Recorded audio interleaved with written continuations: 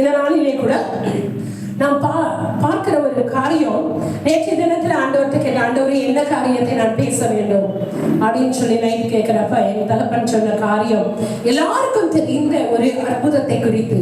பெரும்பாடுள்ள ஸ்திரீ எத்தனை பேருக்கு அந்த கதை தெரியும்? எல்லாருக்கும் தெரியும், நம்ம சின்னதுல இருந்தே கேட்டிருக்கோம். பெரும்பாடுள்ள ஸ்திரீயை குறித்து நம்ம பார்க்கும் பொழுது, எத்தனையோ தடவை நான் தியானிச்சிருந்தாலும் திரும்ப ஒரு தடவை தியானிக்கும் பொழுது ஆச்சரியமான ஒரு காரியம், இந்த காலத்துல இவ்வளோ ஃபெசிலிட்டிஸ் வந்துருச்சு. ஆமா தானே, எவ்வளோ மெடிசன்ஸ் வந்துருச்சு. ஆனா இன்றைக்கும் அந்த பெரும்பாடுங்கிற ஒரு காரியம் வெளியில சொல்ல முடியாத வேதனை மிக்க ஒரு காரியமா தான் இருக்கு பெண்களுக்கு. ஆமாவா இல்லையா?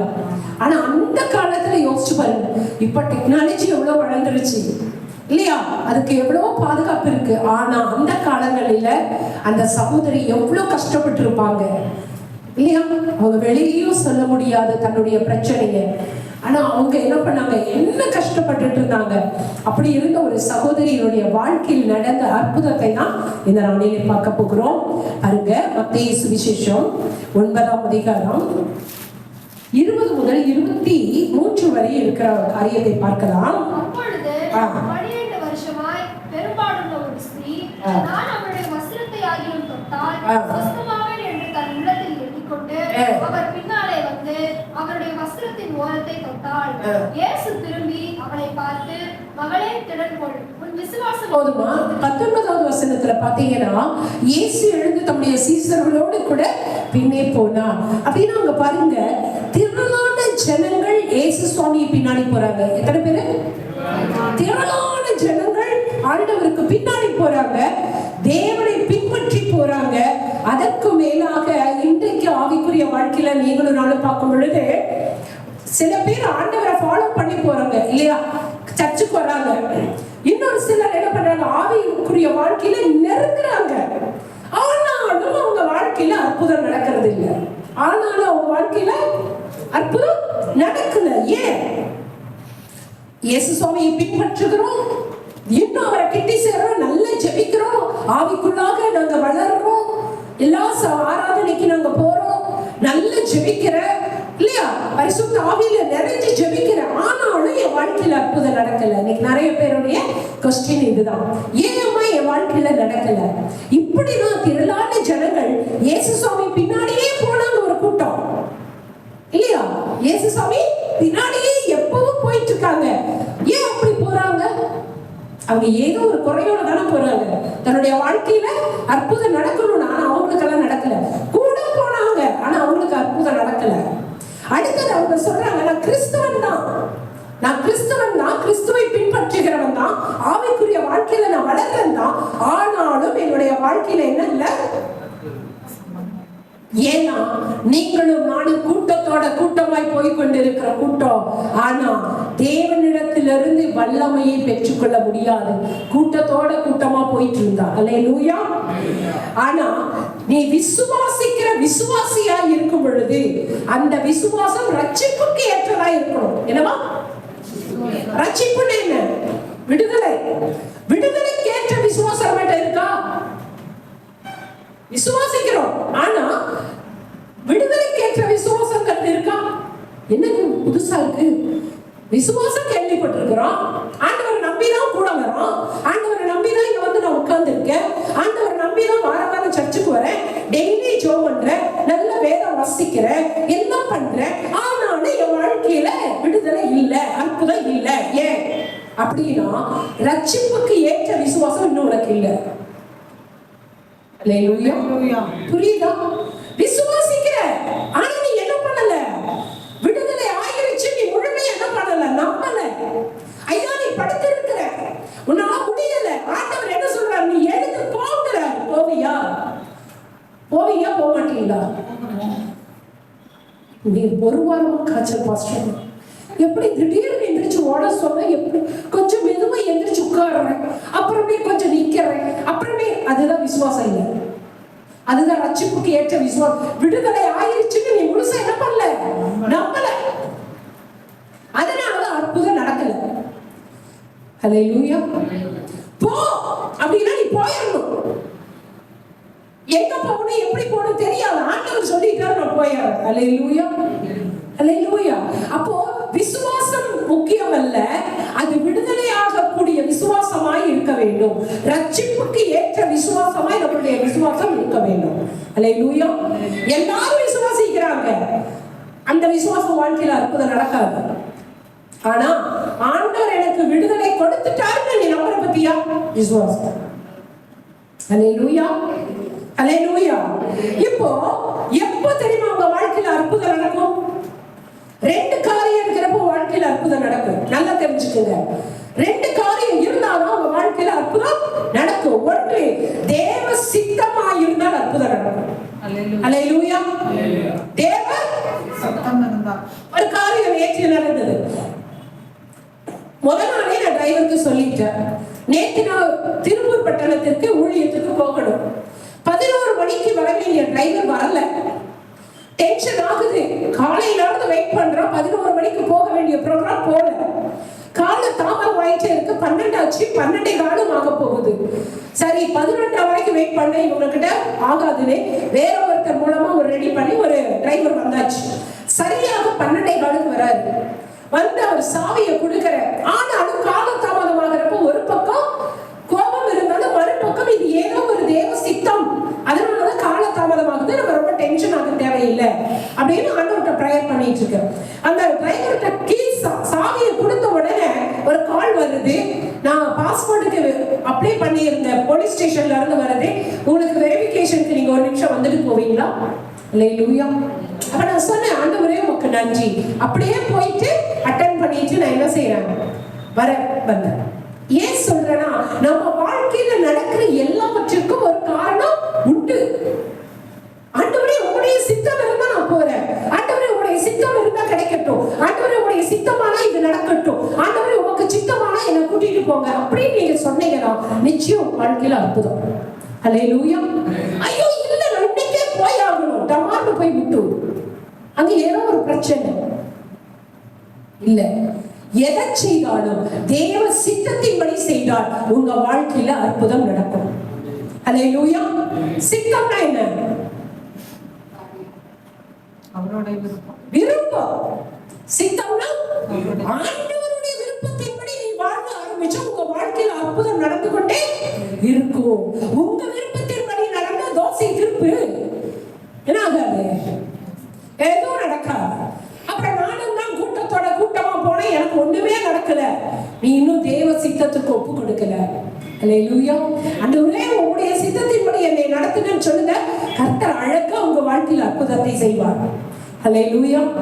இரண்டாவது காரியம், அற்புதம் நடக்க வேண்டும் என்றால் தேவன் உன்னுடைய விசுவாசத்தை பார்ப்பார். அல்லேலூயா. அவரால் எல்லாம் முடியும். ஆனா நீங்க எப்படி பிலீவ் பண்றீங்க? தண்ணியை கொண்டு போய் ஊத்தணும், அதை எடுத்து கொண்டு போய் பந்தி விசாரிப்புக்காரன்ட்ட கொடுக்கணும். பந்தியில கொண்டு போய் என்ன பண்ணி ஊத்துடான்னு சொல்லணும். ஏங்க கிரேப்ஸ் ஜூஸ் ஊத்த வேண்டிய இடத்துல தண்ணி ஊத்துனா ஏதாவது ஆகாது?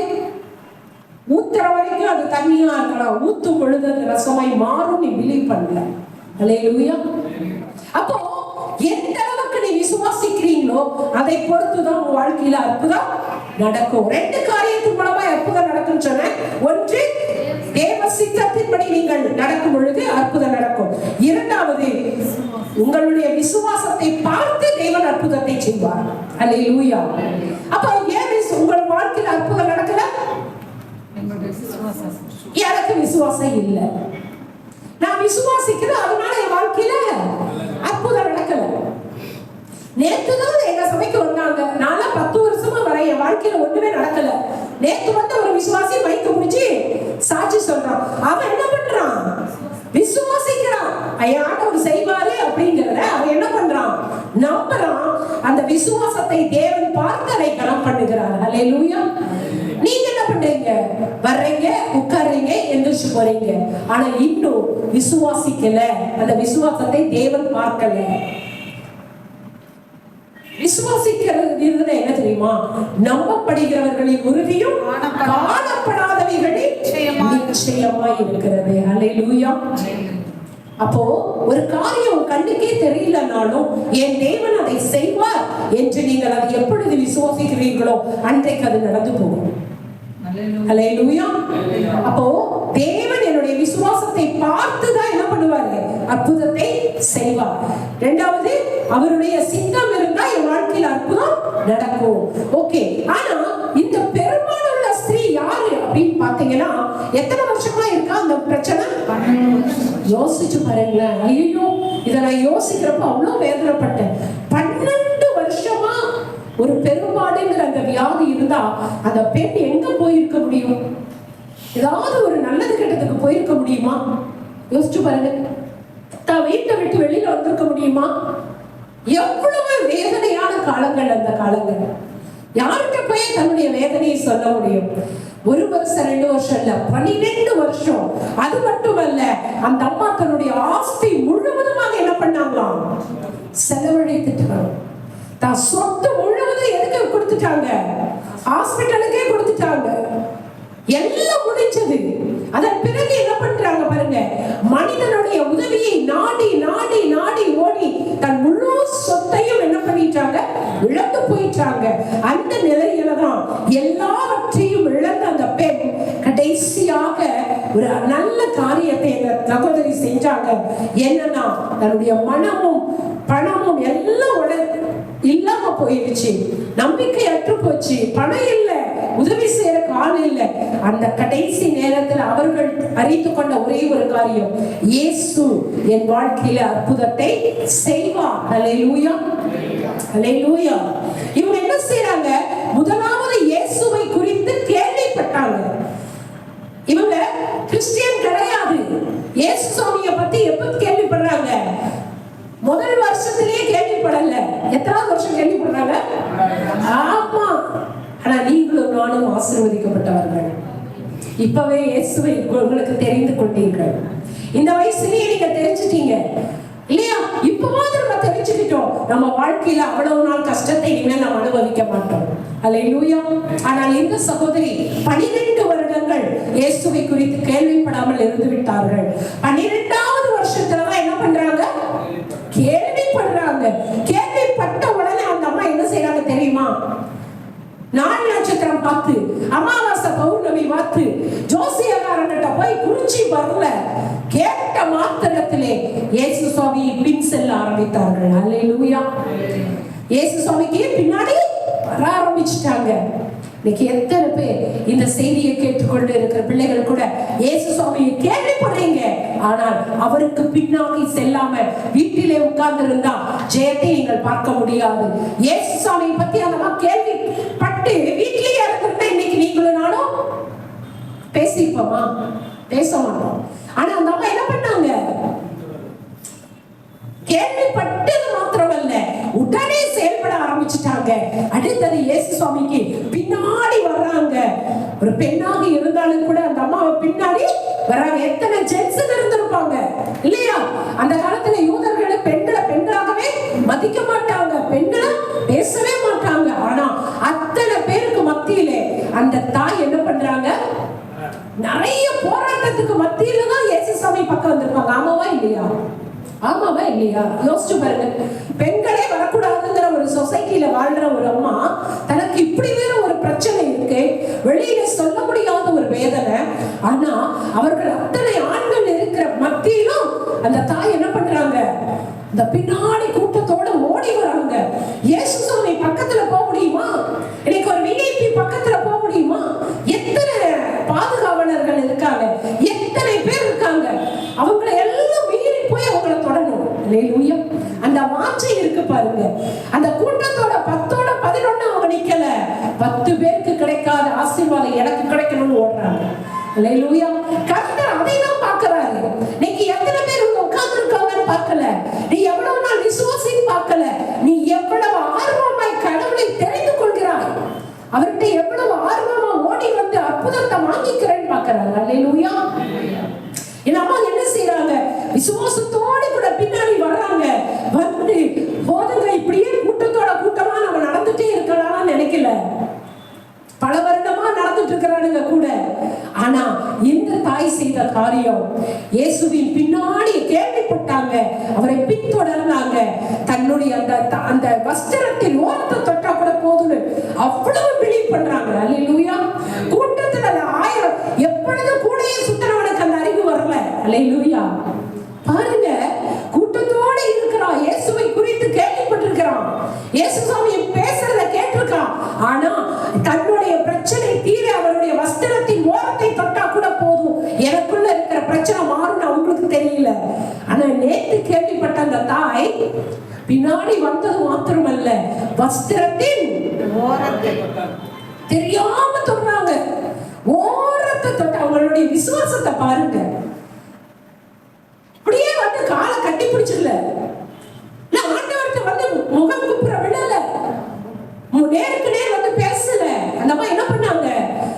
ஓரத்துல யாருக்குமே தெரியாது. ஆனா நான் இயேசுவை தொட்டாங்க. அல்லேலூயா.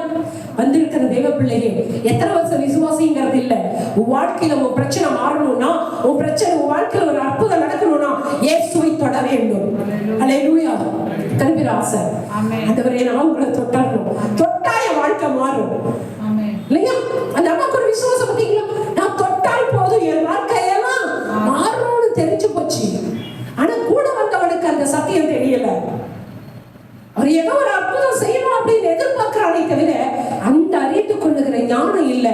ஆனா இந்த தாய் பாருங்க, பின்னாடி வந்தது மாத்திரமல்ல, இயேசு சுவாமி என்ன பண்ணாங்க? தொட்டார்கள். அல்லேலூயா. அவர்கள் வந்து கிட்டி சேர்ந்து இயேசு சுவாமியே தொட்டவர்களுக்கு விடுதலை. அல்லேலூயா. இயேசு சுவாமியின் ஓரத்தை தொட்டவங்களுக்கு அந்த வல்லமை வெளிப்படும்னா, இன்றைக்கு உட்கார்ந்து இருக்கிற நீங்களும் நானும் ஏன் இப்படி உட்கார்ந்து இருக்கோம்? இன்னும் தொடல.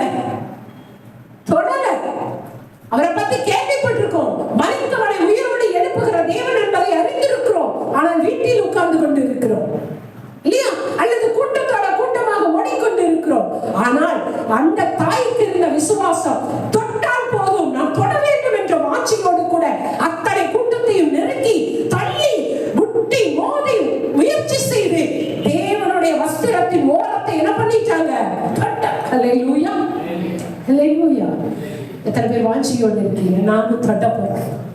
என்ன தடை வந்தாலும் சரி, யார் என்ன சொன்னாலும் சரி, எத்தனை பேர் என்ன பிடிச்சு இழுத்து போட்டாலும் சரி, நான் இயேசுவை தொட வேண்டும்.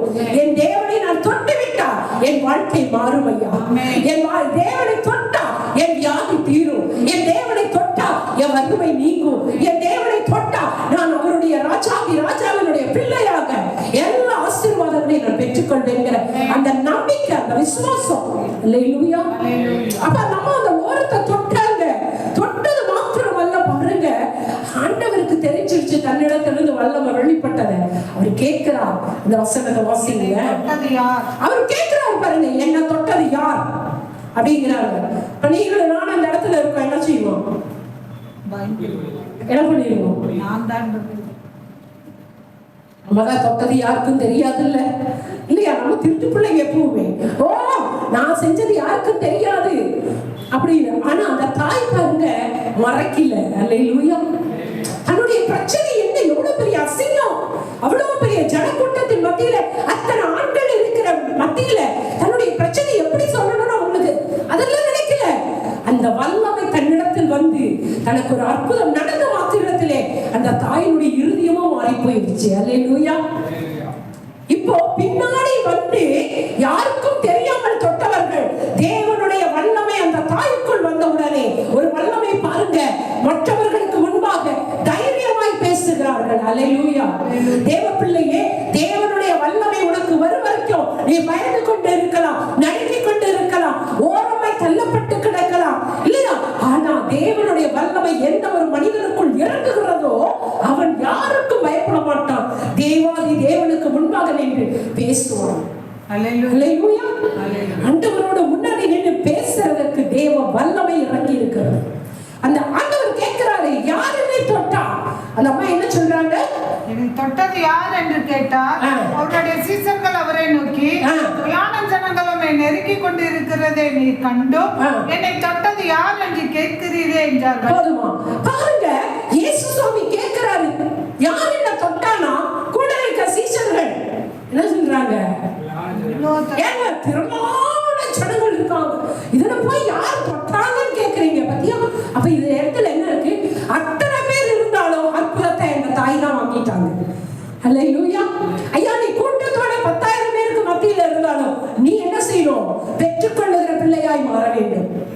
ஆமென். அத்தனை திரளான கூட்டம் இருக்கு. எதுக்காக வந்தவங்க? திரளான கூட்டம் எதுக்கு வந்தது? ஏதாவது கிடைக்கவங்களுக்கு தான் வந்திருக்காங்க, அற்புதத்துக்கு தான் வந்திருக்காங்க. ஆனா அவங்களுக்கெல்லாம் நடக்கல. ஆனா இந்த தாய் என்ன பண்ணிட்டாங்க? பெற்றுக்கொண்டாங்க. ஏன்? அந்த விசுவாசம் அவங்களுக்கு இருந்தது. அவர் என்ன கையை வச்சு எனக்கு பிளஸ் பண்ணணும் அப்படின்னு நினைக்கல. அவர் முன்னாடி போய் நின்று என்னை தொடரணும்னு நினைக்கல, இல்ல என்னை ஊதணும்னு நினைக்கல. அவருடைய வஸ்திரத்தை ஓரத்தை தொட்டா கூட போதும்னு நினைச்சாங்க. எவ்வளவு பெரிய விசுவாசம் பார்த்தீங்களா? நீங்க நினைக்கலாம் ஆண்டவர் அப்படியே முகமுகமா எனக்கு, அவர் நீங்க எந்த அளவுக்கு பிலீவ் பண்றீங்களோ ஒரு சின்ன விசுவாசம் கூட உங்களை பெரிய அற்புதத்துல கொண்டு போய் விடும். அல்லேலூயா, அல்லேலூயா. இப்போ போன வாரத்துல என்னுடைய வீட்டுல நைட்டு ஒரு 11 மணி இருக்கும். நல்ல நான் நல்ல சூடாதான் தண்ணி குடிப்பேன். நல்ல ஒரு 1/2 லிட்டர் பால் கொதிக்க வச்சிருக்கேன். பிளாஸ்க்ல சுடு தண்ணி, 2 பக்கத்துல எட்டி மெடிசன் எடுக்கிறப்போ பிளாஸ்க் தட்டி விட்டு ஒரு 1/2 லிட்டர் பால் கொதிக்க வச்சது கீழே விழுந்துருச்சு. நான் பக்கத்திலேயே நிக்கிறேன். கொதிக்கிற பால் கொதிக்கிற தண்ணி அப்படியே விழுந்து டைனிங் டேபிள் ஃபுல்லா நினைச்சிருக்கு, கீழே ஃபுல்லா கொட்டி கிடக்கு. நீங்க நம்ப மாட்டீங்க, கீழே கொட்டின பால்ல இருந்து ஆவி வருது. ஆனா நான் பக்கத்திலேயே நிக்கிறேன். ஒரு சொட்டு, ஒரு டிராப் என் கால்ல பண்ணல. அல்லேலூயா, அல்லேலூயா, அல்லேலூயா. நான் உடனே இயேசுவா என்னை எப்படி நீங்க பாதுகாக்கிறீங்க, என் பக்கத்திலேயே என்ன தூக்கி வச்சிட்டீங்க பாருங்க, தேங்க் யூ டாடி அப்படின்னு சொல்றேன். உடனே உள்ள இருப்பான் பாத்தீங்களா ஒரு பிசாசு, எல்லாத்துக்கும் நீ ஆண்டவரை தான் சொல்லுவியா, இதை நான் சொல்லி செஞ்சிருக்க கூடாது சொன்னேன். அப்படி என் இருதயம் நல்ல இருதயம் அல்ல, ஆனா அப்படி ஒரு நல்ல இருதயமாய் மாறி இருந்தா அதுக்கு காரணமே யாரு? எங்க அப்பா தான். அல்லேலூயா, ஆமாவா இல்லையா? அப்படி ஒரு நல்ல இருதயம் எனக்கு இருக்குன்னா அதுக்கு யார் காரணம்? அவர் தான் காரணம். அவர் கொடுக்கலைன்னா அந்த இருதயம் எனக்கு வரவே வராது. அல்லேலூயா. அவ்வளவாய் பாதுகாக்கிற தேவன். அப்ப பாருங்க, இந்த தாய் தொட்ட உடனே அவருக்கு தெரிஞ்சிருச்சு என்கிட்ட இருந்து ஒரு பவர் போயிருக்கு, விடுதலை போயிருக்கு அப்படின்னு. நீங்க தொட்டா போதும், அவர் சொல்லலைனால அவர்கிட்ட இருந்து நீங்க எல்லாம் வாங்கிக்கலாம். ஆமென். அல்லேலூயா. அவருக்கு கொடுக்கணும்ங்கிறது இல்ல, நீ தொட்டா போதும் அவர்கிட்ட இருந்து, உங்க அப்பாட்ட இருந்து நீங்க என்ன பண்ணிக்கலாம்? வல்லமை பெற்றுக்கொண்டே இருக்கலாம், அற்புதத்தை பெற்றுக்கொள்ளலாம், அதிசயத்தை பெற்றுக்கொள்ளலாம், ஆசீர்வாதத்தை பெற்றுக்கொள்ள முடியும். அல்லேலூயா. அப்போ வந்த உடனே ஆண்டவர் கேட்ட உடனே அந்த சீஷர்களுக்கு இருந்த ஒரு நம்பிக்கை பார்த்தீங்களா? ஏங்க இத்தனாயிரம் பேர் கூட்டத்தோட கூட்டமா நெருங்கி வராங்க. நீங்க கொஞ்சம் இமேஜினேஷன் பண்ணுங்க. திரளான கூட்டம் பக்கத்துல வராங்க. ஆண்டவரை உரசி இருப்பாங்களா, உரசி இருக்க மாட்டாங்களா? உரசி இருப்பாங்க. உடம்பு பட்டிருக்குமா, பட்டிருக்காரா? பட்டிருக்கும் இல்ல, கை பட்டிருக்குமா, பட்டிருக்காரா? ஆனா அவங்களுக்கு எல்லாம் ஏன் அற்புதம் நடக்கல? அவங்களுக்கு நம்பல. அவங்க நினைச்சிருக்காங்க கையை உயர்த்தி இயேசுவின் நாமத்தினாலே சொல்லணும்னு நினைச்சிட்டு இருந்தாங்க. ஆனா பின்னாடி வந்த தாய் ஓரத்துல வந்து யாருக்கு தெரியாம அந்த வஸ்திரத்தை தொட்டா போதும் எனக்கு வெள்ளம் மாறிடும்னு அவங்க பிலீவ் பண்ணாங்க. அல்லேலூயா. அப்போ அவங்க சீஷர்கள் அப்படி சொன்ன உடனே ஆண்டவர் என்ன சொல்றாரு பாருங்க. இதை செய்தவளை காணும்படிக்கு அவர் சுற்றிலும் பார்த்தார். தன்னிடத்திலே சம்பவித்ததை அறிந்த அந்த ஸ்திரீயானவள் பயந்து நடுங்கி முன்பாக வந்து விழுந்து உண்மையெல்லாம் அவருக்கு சொன்னார். பாருங்க, அந்த தாய் என்ன பண்றாங்க? சொன்ன உடனே பயந்து நடுங்கி என்ன பண்றாங்க? ஆண்டவருக்கு முன்னாடி வந்து என்ன பண்றாங்க? விழுகிறாங்க. அல்லேலூயா. விழுந்து எல்லாவற்றையும் எல்லாருக்கும் முன்பாக சொன்னாங்க. அல்லேலூயா. தேவஜனமே, கர்த்தர் உங்க வாழ்க்கையில எத்தனை அற்புதங்களை செய்கிறார், எத்தனை நன்மைகளை செய்கிறார். எத்தனை பேர் எல்லாருக்கும் முன்னாடி நீ ஆண்டவரை பத்தி சொல்றமா இல்லையா? ஒரு பொண்ணு தூக்குறா, நான் சொல்றேன் என்னன்னு ஆண்டவர் கர்த்தர் ஆசீர்வதிப்பா. ஆனா பெரும்பாடுங்கிற ஒரு பெரிய வியாதி அத்தனாயிரம் ஜன கூட்டத்தின் மத்தியிலே தன்னுடைய பிரச்சனையை ஓப்பனாக பகிரங்கமாக வெட்கப்படாமல் கர்த்தர் எனக்கு இந்த நன்மை செய்தார் என்று சொல்லி அந்த தாய் என்ன செய்றாங்க? மற்றவங்க என்ன நினைப்பான்னு தெரியாது, ஆனா என் வாழ்க்கையில் அற்புதம் நடந்தது, அதை நான் சாட்சி சொல்லுவேன்னு சொல்லி மற்றவர்களுக்கு முன்பாக அந்த அம்மா என்ன பண்ணாங்க? சாட்சி சொன்னாங்க. ஹல்லேலூயா, ஹல்லேலூயா. அவர்கள் திரும்பி பார்த்தோன்னே இயேசு திரும்பி அவனை பார்த்து, மகளே திடன்கொள். என்ன சொல்றாரு? விசுவாசம் உன்னை ரட்சித்தது. என்ன சொல்றாரு? திடன்கொள், நீ கவலைப்படாத, திடன்கொள். வாழ்க்கை மாறிடுச்சு. ஹல்லேலூயா. என்ன சொல்றாரு? வாழ்க்கை என்னைக்கு இயேசுவை பின்தொடர்ந்து வந்தையோ, என்றைக்கு இயேசுவை நம்பி விசுவாசித்து தொட்டையோ, அன்னைக்கே உன் வாழ்க்கை மாறிடுச்சு. ஹல்லேலூயா.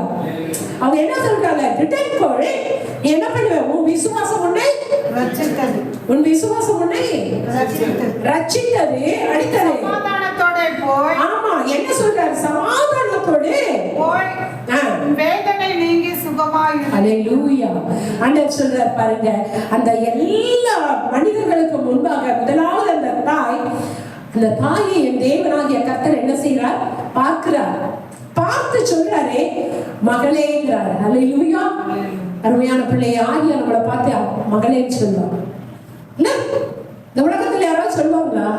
ஆனா என் ஜீவனுள்ள தேவன் சொல்லுகிறார், ஐயோ என் பொண்ணே, என்னுடைய பிள்ளையே, என்னுடைய அருமையான என் மகளே அப்படிங்கிறார். அந்த அன்புக்கு முன்னாடி உலகத்துல ஒண்ணுமே இருக்காது. அவரு அந்த அம்மா நினைச்சது கூட பார்த்திருக்காது. அந்த அம்மா நினைச்சது என்ன? தன்னுடைய பிரச்சனை தீரும் நினைச்சு தொட்டாங்க. ஆனா அவருடைய பிள்ளையா அவர் மாத்துவாருன்னு அவருக்கு தெரியல. அவர் பார்த்துட்டு சொல்றாரு, என் மகனே, என்னுடைய விசுவாசம் உன்னை ரட்சித்தது, நீ சமாதானத்தோடு போ. என் வாழ்க்கையில் இனிமே சமாதானத்துக்கு குறையே இல்லைன்னு அர்த்தம். ஹல்லேலூயா, ஹல்லேலூயா. நான் நினைக்கிறேன் அந்த அம்மா ஆஸ்தி முழுவதும் அந்த வியாதிக்கு செலவழிச்சு கையில காசு இல்லாம கடைசி நிமிஷத்துலதான் இயேசு சுவாமிகிட்ட வந்தாங்க. ஆனா அவங்க விடுதலை சுகத்தை மாத்திரமல்ல, வாழ்க்கையில அவங்க இழந்த அத்தனை ஆசீர்வாதத்தையும் என் தேவன் திருப்பி கொடுத்திருப்பார். ஹல்லேலூயா. ஏன்னா எங்க அப்பா சொன்ன blessing என்ன? சமாதானத்தோடு ஹல்லேலூயா.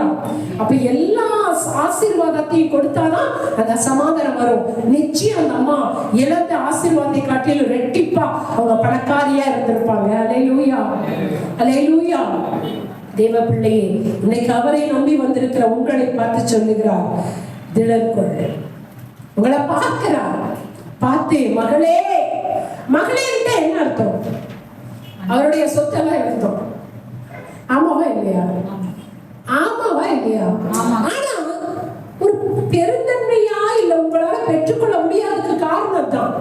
ஆனா நீங்க அம்பானியோட புள்ளன்னா குதிப்பாங்க, ஆஹா ஒரு பெட்ரோல் பங்க் எனக்கு வந்துடும், நான் அதை விட பெரிய பணக்காரர் என்னுடைய பரம தகப்பன். ஹல்லேலூயா. அவர் சொல்றாரு மகளேன்னு சொன்னா அத்தனை ஆசீர்வாதத்திற்கும் உரியவள் நான். ஒரு எவ்வளவு பெரிய ஒரு சந்தோஷம் இல்லையா? ஆமாவா இல்லையா? என் அப்பா என்ன பார்த்து என்னட்டாரு? மகளே அப்படின்ட்டாரு. நான் அவருடைய பிள்ளையா மாறிட்டேனா, என் தகப்பனுடைய அத்தனை ஆசீர்வாதத்தையும் அத்தனை ப்ராப்பர்ட்டிக்கும் உரியவர்களாக நான் மாறிவிட்டேன். ஹல்லேலூயா. உங்களை மகளேன்னு பார்த்தது மாத்திரமல்ல, உங்களை பார்த்து சொல்றா, திடன்கொள். எதிலெல்லாம் நீ இழந்து போனியோ, எதிலெல்லாம் உனக்கு பயந்தையோ, எதிலெல்லாம் உன்னை கலகப்படுத்தினதோ, எதுக்கு பயப்படாத, இனிமே நீ தைரியமா இரு, ஏன்னா நீ என்னுடைய பிள்ளை. ஹல்லேலூயா, ஹல்லேலூயா. சமாதானத்தோடு இங்க இருந்து நீ போ. அந்த சமாதானம் எப்படி தெரியுமா? உலகமே கொடுக்க முடியாத சமாதானம். ஹல்லேலூயா. உலகம் கொடுக்கிற சமாதானம் கொஞ்ச நேரம். ஒரு சினிமா தியேட்டருக்கு போனா 2 hours, சொந்தக்காரங்க வீட்டுக்கு போனா 1 நாள், பிக்னிக் போனா 2 நாள், இல்லையா? அதுக்கப்புறம் திரும்ப அந்த பிரச்சனை வந்துடும். ஆனா என் ஜீவனுள்ள தேவன் சொல்லுகிறார், வாழ்நாள் முழுவதும் நீ சமாதானத்தோடு இருக்க போற. ஆமென். ஹல்லேலூயா, ஹல்லேலூயா. இது எத்தனை பேர் நம்புறீங்க? ஆமென். ஹல்லேலூயா. நம்புறவங்க தான் தொட்டைங்கன்னு அர்த்தம். ஹல்லேலூயா, இல்லையா? ஆனா நம்ம என்ன செய்யறோம் தெரியுமா? இப்படி ஒரு வார்த்தைகள் வரும் பொழுது 2 நாள் 3 நாள் அந்த சார்ஜ் நிற்கும். நான் இயேசுவின் பிள்ளை, நான் திடம் கொள்கிறேன், நான் சமாதானமாய் இருக்கிறேன், நான் இயேசுவை தொட்டு விட்டேன். 5ஆவது நாள் பார்த்தீங்கன்னா அதே பிரச்சனை. அதே ஏன்? உங்களுக்கு ஆசீர்வாதம் போயிட்டு வந்து உரம்புற மாதிரி இருக்கு. போக்கும் வரத்தும் அப்படி இல்லை, நிலைச்சு நிற்கணும். என் தேவனை நான் தொட்டு விட்டேன், என் வாழ்க்கை மாறிவிட்டது, என் பிரச்சனை மாறிவிட்டது, என் தேவனை நான் பின்தொடர்ந்து வந்தேன், என் தேவன் என்னை பார்த்து விட்டார், என் தேவன் என்னை மகளாக ஏற்றுக்கொண்டார், அவர் என்னை பார்த்து சொல்லிவிட்டார், திடன்கொள் என்று சொல்லிவிட்டார், பயப்படாதன்னு சொல்லிட்டாரு. அடுத்தது அவர் சொன்ன வார்த்தை சமாதானமா இருட்டாரே. என் வாழ்க்கையில எதெல்லாம் என்ன சமாதானத்தை இழந்ததோ அதை எல்லாத்தையும் என் தேவன் திருப்பி கொடுத்துட்டா. அல்லேலூயா.